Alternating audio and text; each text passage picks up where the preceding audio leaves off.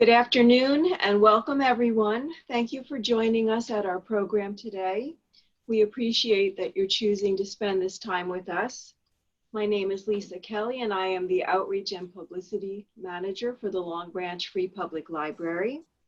Our program today is Controlling Your Cancer Risk, presented by Daniel Pearson of the Rutgers Cancer Institute of New Jersey.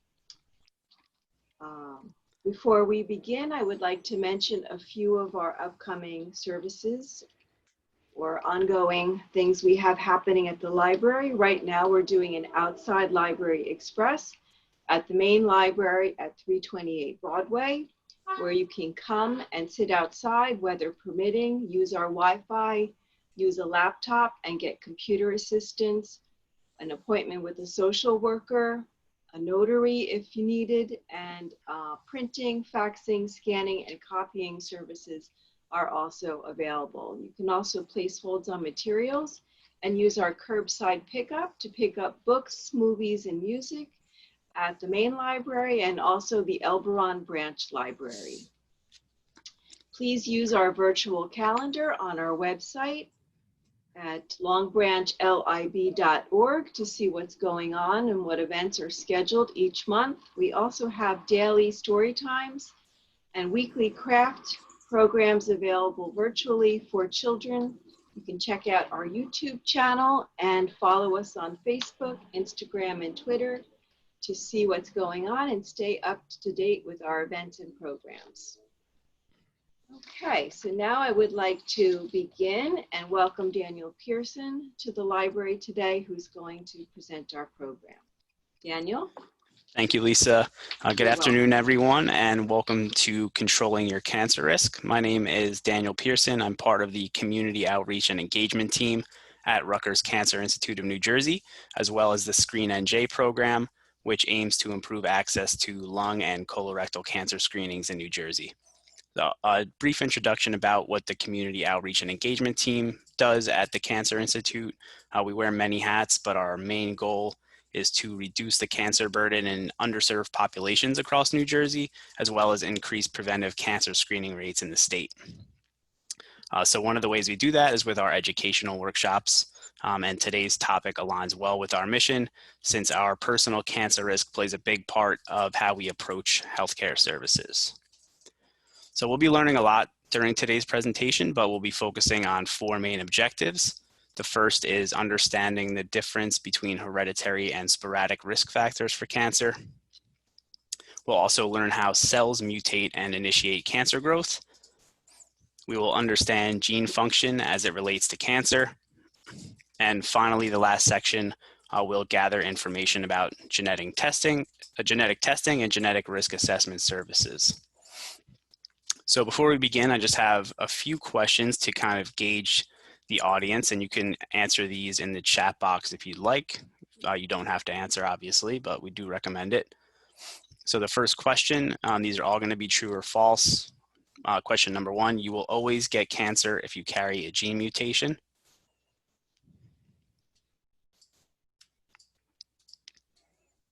And the second question, true or false, you can pass along a cancer-linked mutation even if you don't develop cancer yourself.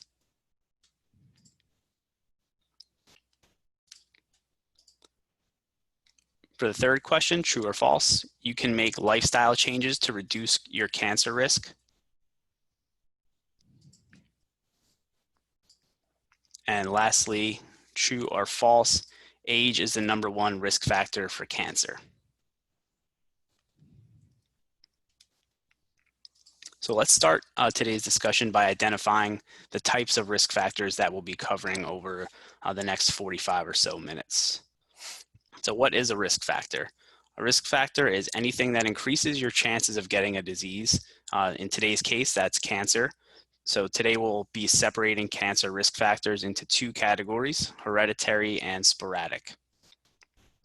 Hereditary risk factors are passed down to you from your biological parents.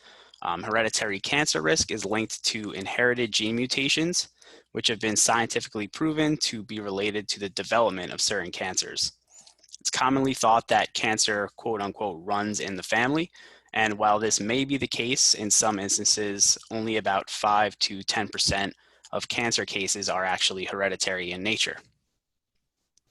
Sporadic risk factors develop over the course of a person's life.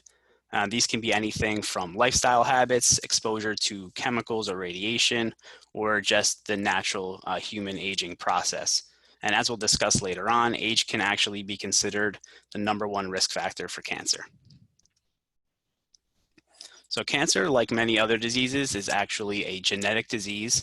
The word genetic is often misused in reference to illness or disease. Today, we're using the word genetic to refer to the gene itself, which, when altered, can cause abnormal cell function and abnormal cell growth. This kind of uncontrolled cell growth is what leads to the formation of cancerous cells in the body. And I know I've already mentioned that cancer is primarily a disease of aging. This is because it generally takes a while for mutations to lead to cancer. As we age, it becomes extremely important to stay up to date on healthcare appointments, especially cancer screening, since many cancers can be prevented or detected early as a result of screenings, blood work, or even routine physicals. So before we do a deep dive into cancer risk assessment, I'd like to briefly discuss what's actually happening in our bodies in relation to an increased personal risk for cancer. So every person is made up of around 37 trillion cells. And as we might remember from high school, elementary school biology class, a person's genetic material is located within the chromosomes in the cell's nucleus or in the cell's center. And we can see that here in the middle of the slide, the round entity being the cell with the circle inside being the nucleus, and then the chromosomes being included in there. So a genetically healthy cell includes 46 total chromosomes, with a pair of 23 being inherited from each of our biological parents.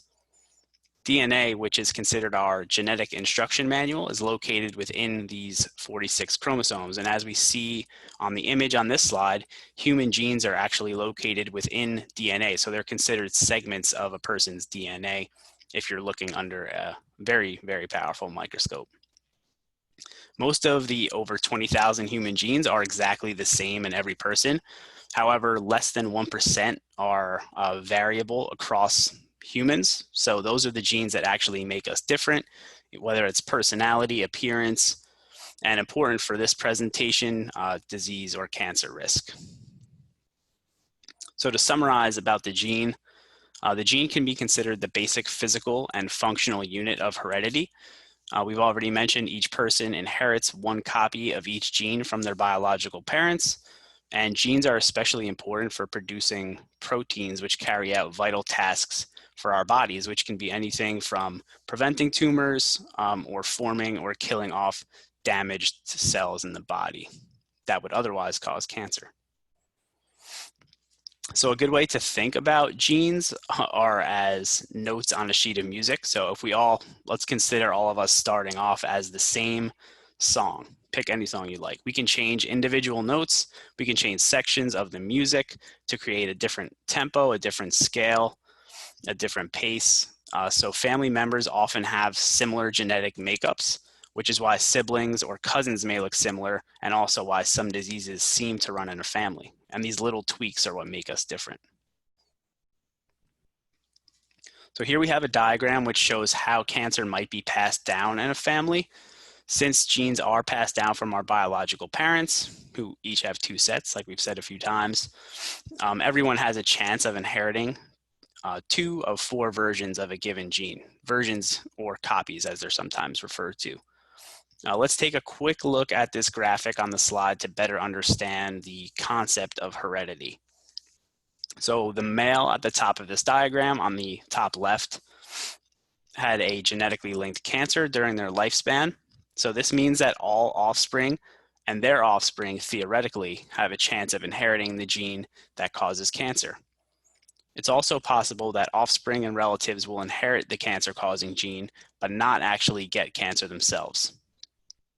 If you look at the far left of the diagram, in the second generation, we see this pattern displayed. So despite neither parent having cancer, they passed on the cancer-causing gene to their children, who either developed cancer themselves pass the gene to their offspring, or both.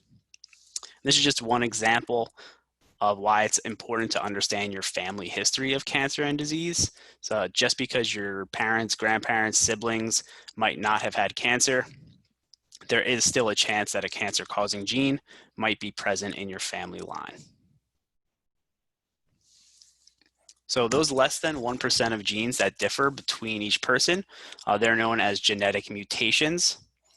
A mutation is a change or changes to a person's DNA, generally due to a gene level issue caused by an error during cell division or cell replication, a viral infection, or chemical and radiation exposure.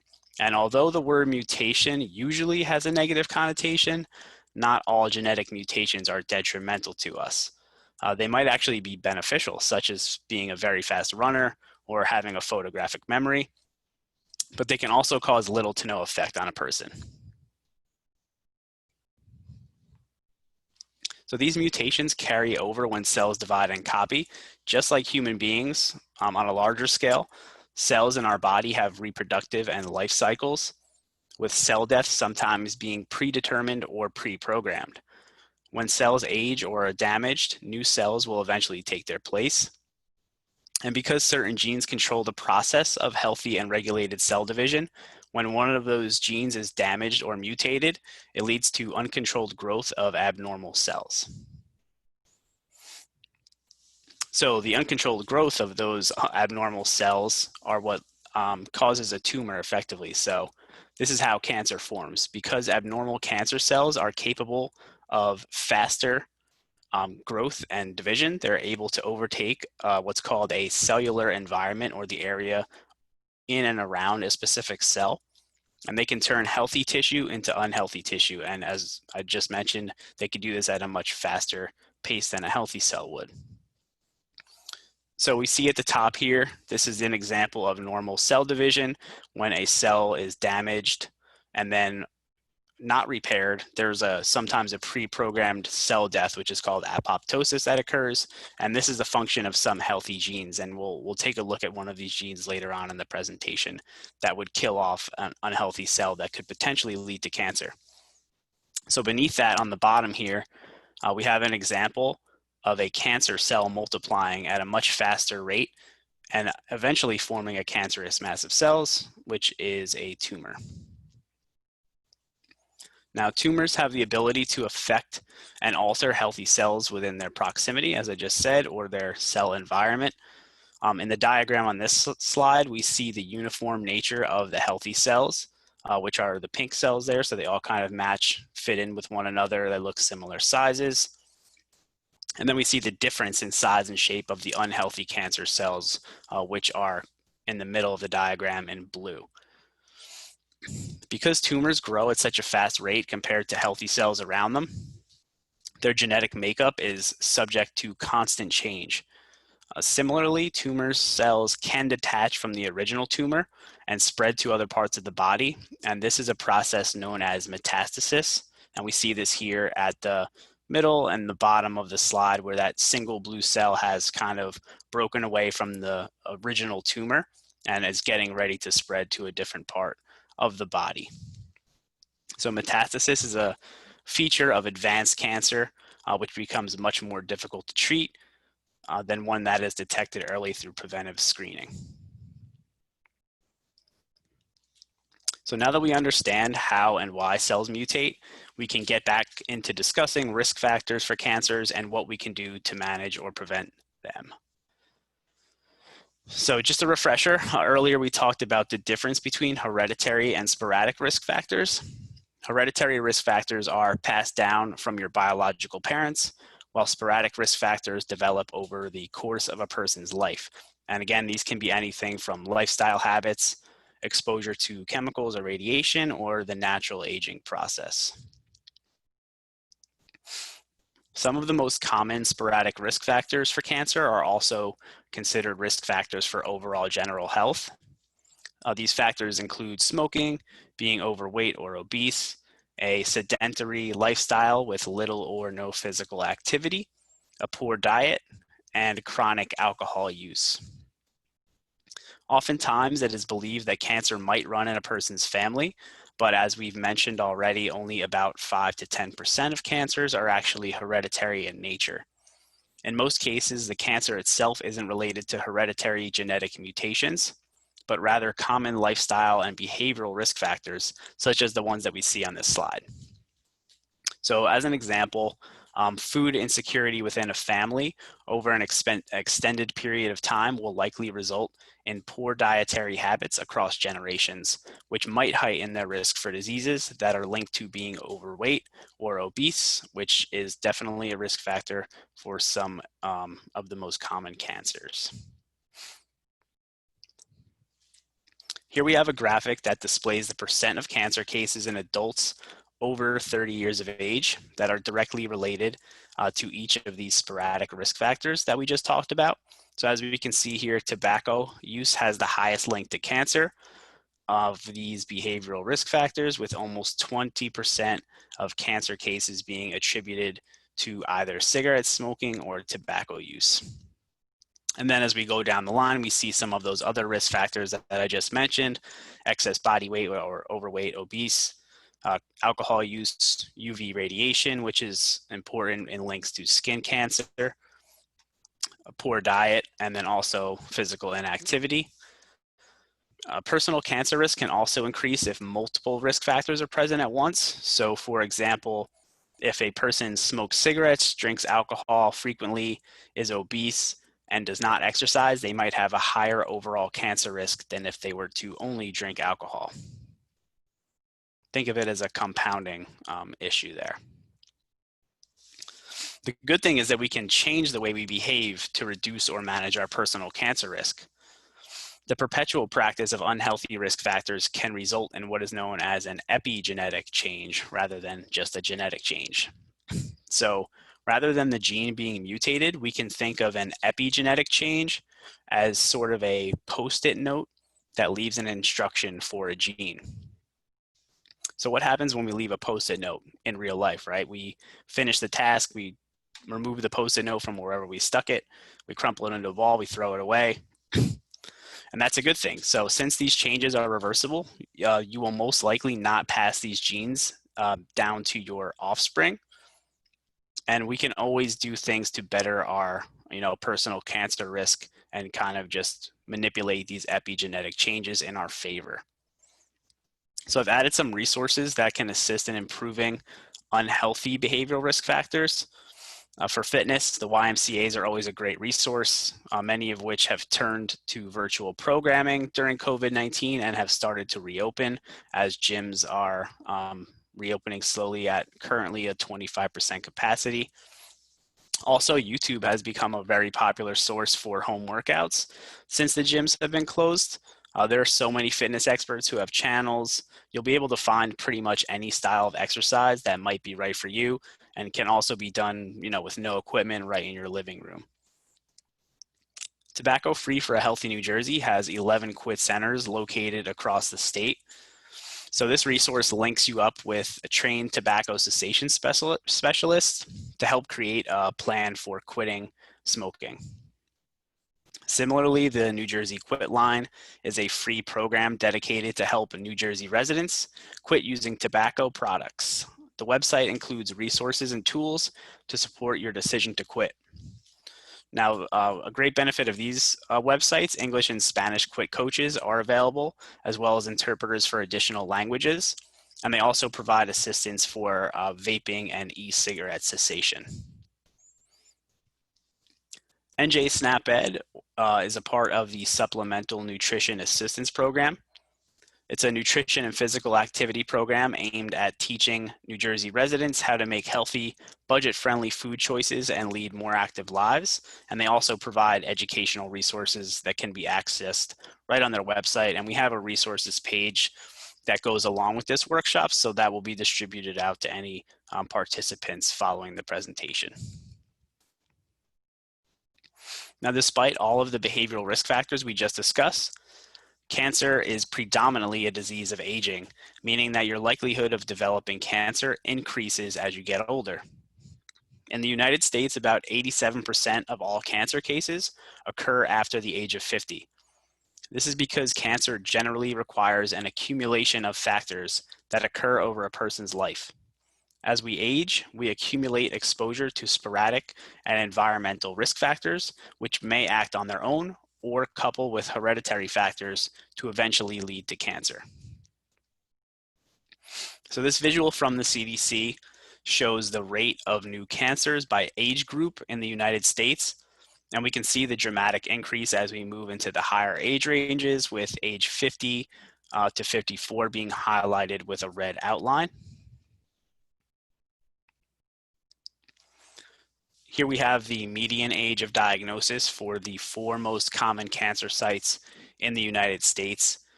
So breast has a lower median age of diagnosis than the rest of these cancers because there are many breast cancers that are hereditary in nature and occur at earlier ages.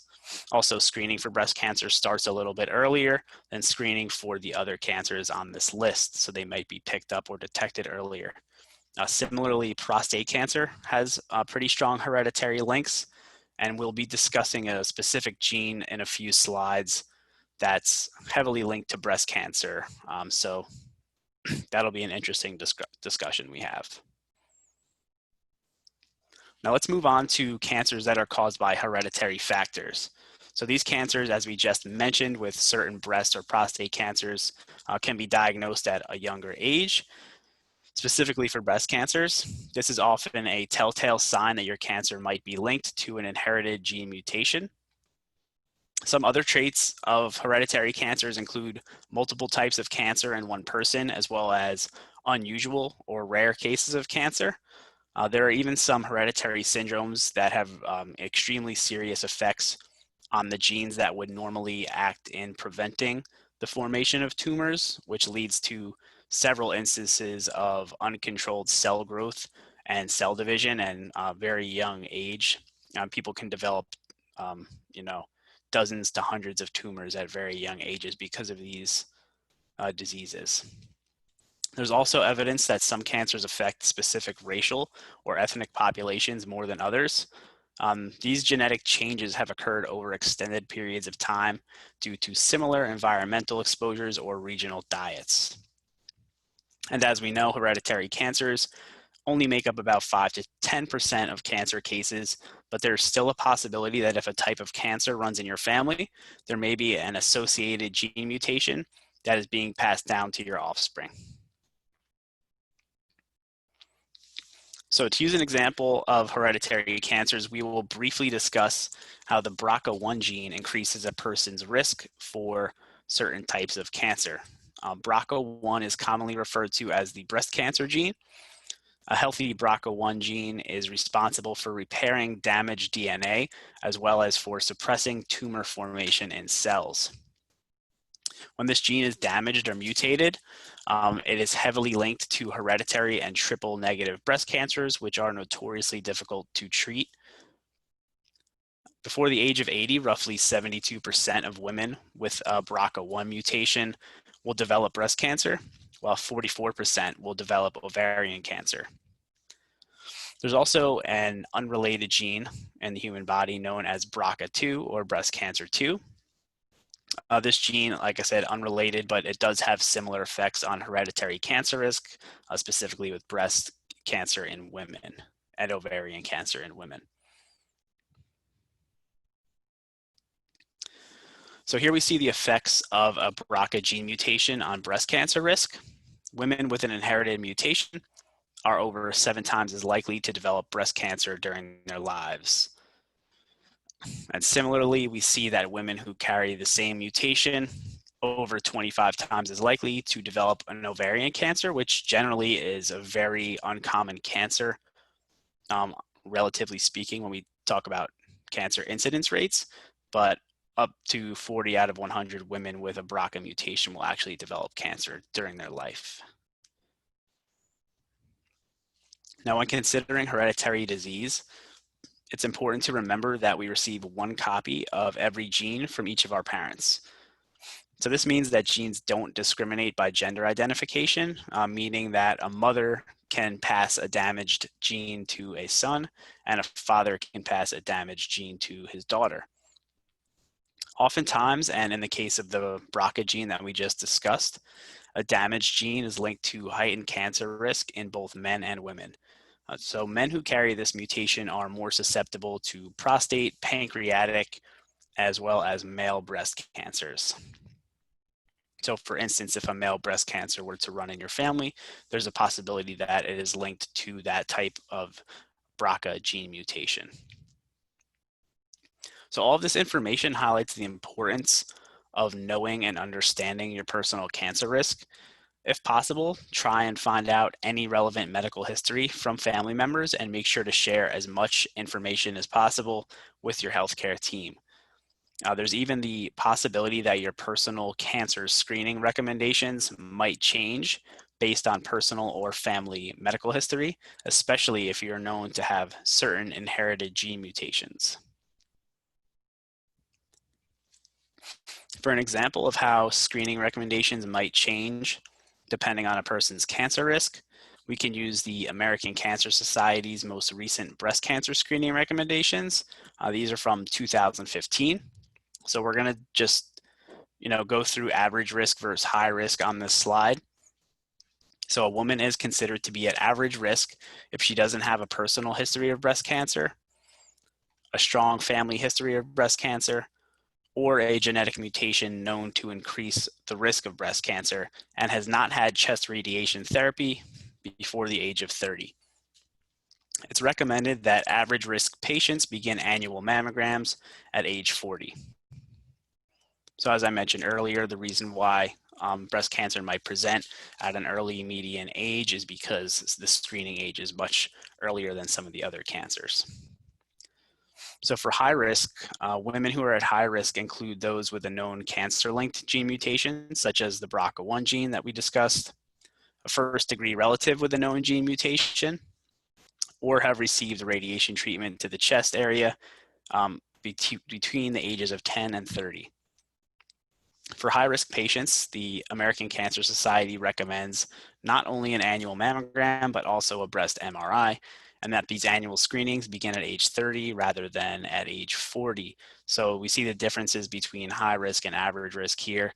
If you are at high risk for breast cancer, you would have to, it would be recommended that you screen at an earlier age more frequently, as well as different modalities, so not just a mammogram, but also a breast MRI. I always like to talk a bit about a great screening resource that we have available in New Jersey under the Department of Health that might be able to assist underserved residents in need of cancer screening. So the New Jersey Cancer Education and Early Detection Program, or NJCED, provides comprehensive screening services for breast, cervical, prostate, and colorectal cancers. NJCED services include education, outreach, early detection, case management, screening, tracking, and follow-up. So all 4 of the cancers that NJCED provides screenings for are actually proven to be treated more effectively when detected at an early stage. Now, the one stipulation here, in order to utilize NJCED services, a person must be at or below 250% of the federal poverty line and be underinsured or uninsured. NJCED operates at least one program in all 21 counties, and I've got a link on the slide here as well as in the resource page that shows the sites in all the counties, and a few counties actually do have more than one site. So to wrap things up in today's discussion, how can the knowledge of hereditary risk affect cancer prevention, outcomes, and treatment? One potential service is genetic testing. Genetic testing refers to the processes and techniques used to determine details about a person's DNA. As we recall, that's kind of the instruction manual for our genetic outlook, which will reveal important familial health information and potential disease risk. This information includes potential cancer-related gene mutations and heightened cancer risk. As we just seen, there are cases where a person is at an extremely heightened risk of cancer, specifically due to these hereditary causes. So genetic testing can also be useful after a diagnosis takes place. These tests can reveal how a person might respond to certain treatments or medications, which can help optimize a patient's treatment plan. So are a number of different tests available that can be used to determine a person's risk of inheriting or passing on a cancer-linked gene mutation. So we'll just run through these really quickly with a little bit about each type of test. Predictive testing is done before symptoms are present. That is symptoms of a disease, and this kind of testing determines a person's disease risk if a family member has a known genetic disorder. Diagnostic tests confirm or rule out genetic disorders. These tests assist a person and their healthcare team in determining a management or care plan. Pharmacogenic testing gives the healthcare provider an idea on how to best treat a patient, as well as how to avoid side effects during treatment. Reproductive tests can be done before, during, or after pregnancy. They're used preventatively to find out if a person carries any genetic variants that their child might inherit, and these can be done on both parents. And lastly, direct-to-consumer testing, which has become very popular over the last few years. These are the kinds of tests that are completed at home and then sent into a lab or testing company, such as 23andMe. Here we have an example of what a gene testing panel would look like for hereditary breast cancer. So these kinds of panels are, available for any type of cancer that has a hereditary link, as well as comprehensive testing panels that will just test your entire gene panel and see if you might be at risk for any type of cancer in general. But I wanted to stick with the breast cancer one because we talked a bit about this earlier. So the left-hand column includes the different genes that might represent a risk for hereditary breast cancers. And we see on the top there, the BRCA1 gene that we talked about is mentioned, and then right below that, BRCA2 or breast cancer 2. The right-hand column indicates the associated cancers and risk potential for these gene mutations.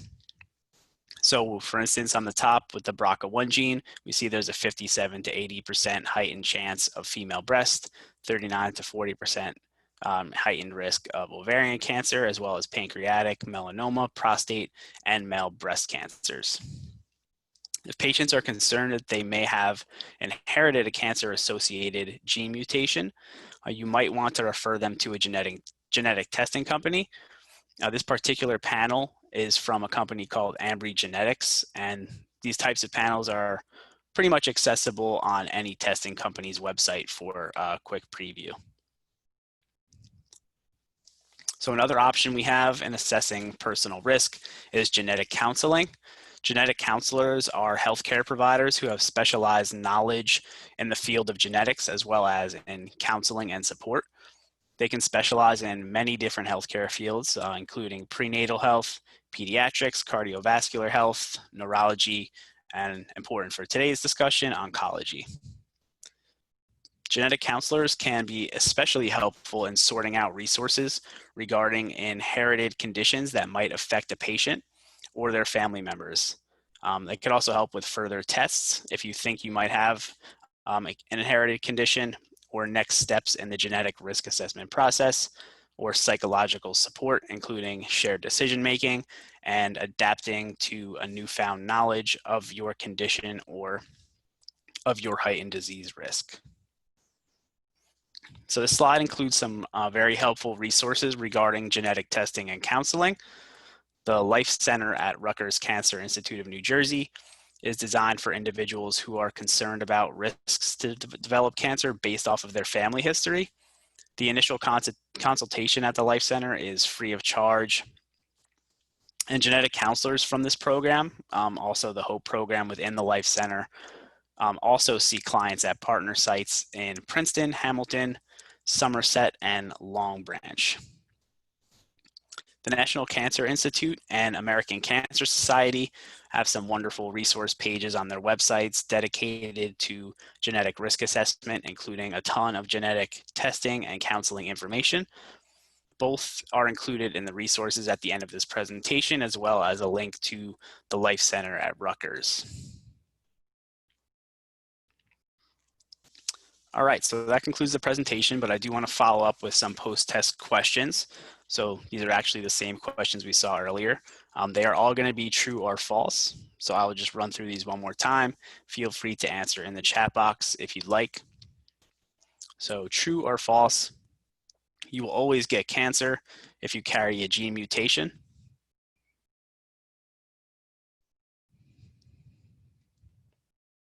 Number 2, true or false, you can pass along a cancer-linked mutation even if you don't develop cancer yourself.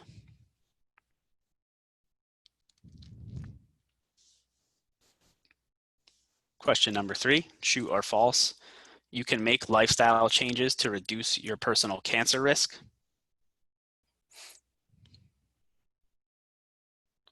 And the last question, true or false, age is the #1 risk factor for cancer.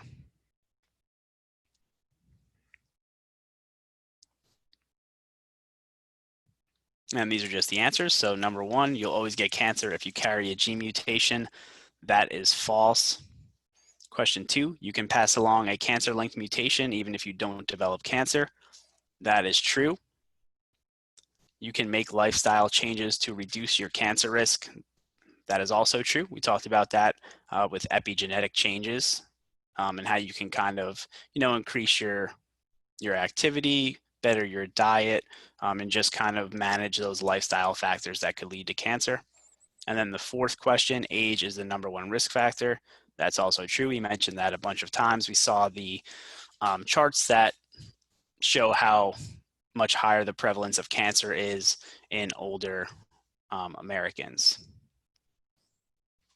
So I'd be happy to take any questions. You can leave those in the chat box. You can also email me questions directly. My email address and contact information is on this slide. I just want to thank everyone for listening and participating in today's workshop. Thank you, Daniel. That was very interesting. I definitely learned a few new things.